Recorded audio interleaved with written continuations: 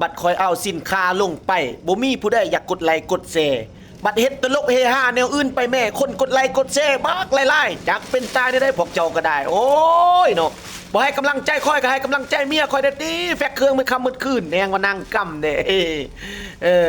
ป่านนั้นแม่เวลาคอยเว้านำแม่ค้ากองซุ่มเว้าอันนี้อันนั้นแม่ผู้ใดก็ว่าสมเสยเด้อสมเสยเด้อสมเสยเด้อขอบอกขอบใจแนวนี้แนวนั้นอย่างน้อยคอยเอาสินค้าคอยลงไปกับกดไลค์กดแชร์ให้คอยแด้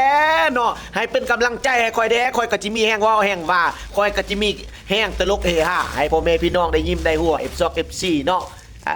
มื้อนี้จัดนักจัดเต็มพี่น้องเอ้ยเต็มอะยะคือเก่าทุกมือละ3-400บ่หลุดพี่น้องเอ้ยสุดยอดเลย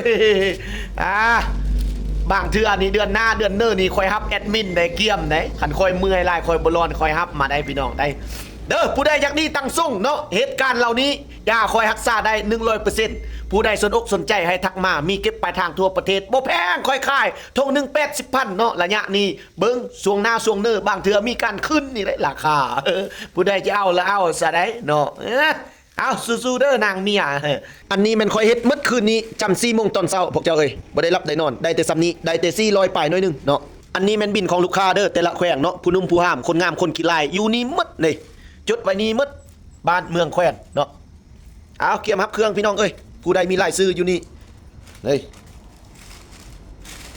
ถ้าผู้ใดยังบ่ทันฮู้ถ้าผู้ใดยังบ่ทันได้ลองได้กินโดยเฉพาะผู้ใดที่เป็นตังส่งความดันไขมันเนาะพี่น้องมาฟังยาเฮานี่รักษาได้หนึ่งก็คือ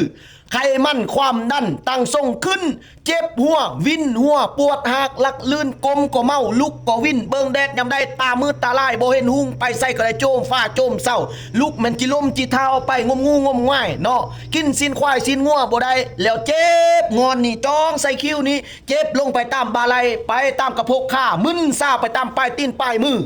เหตุการณ์เหล่านี้ละแม่นยาคอยรักษาได้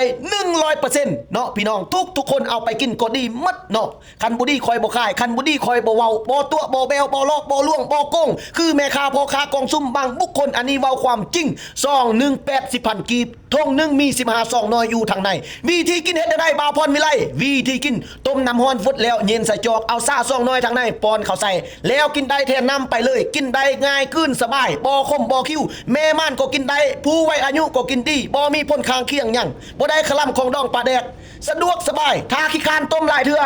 จีกนั่นนี่สิ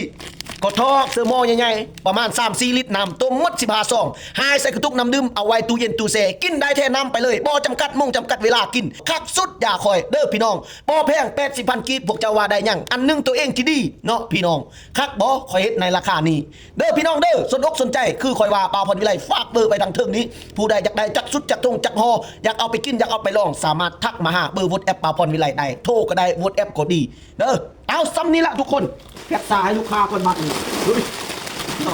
หลายทุกคนเฮ้ย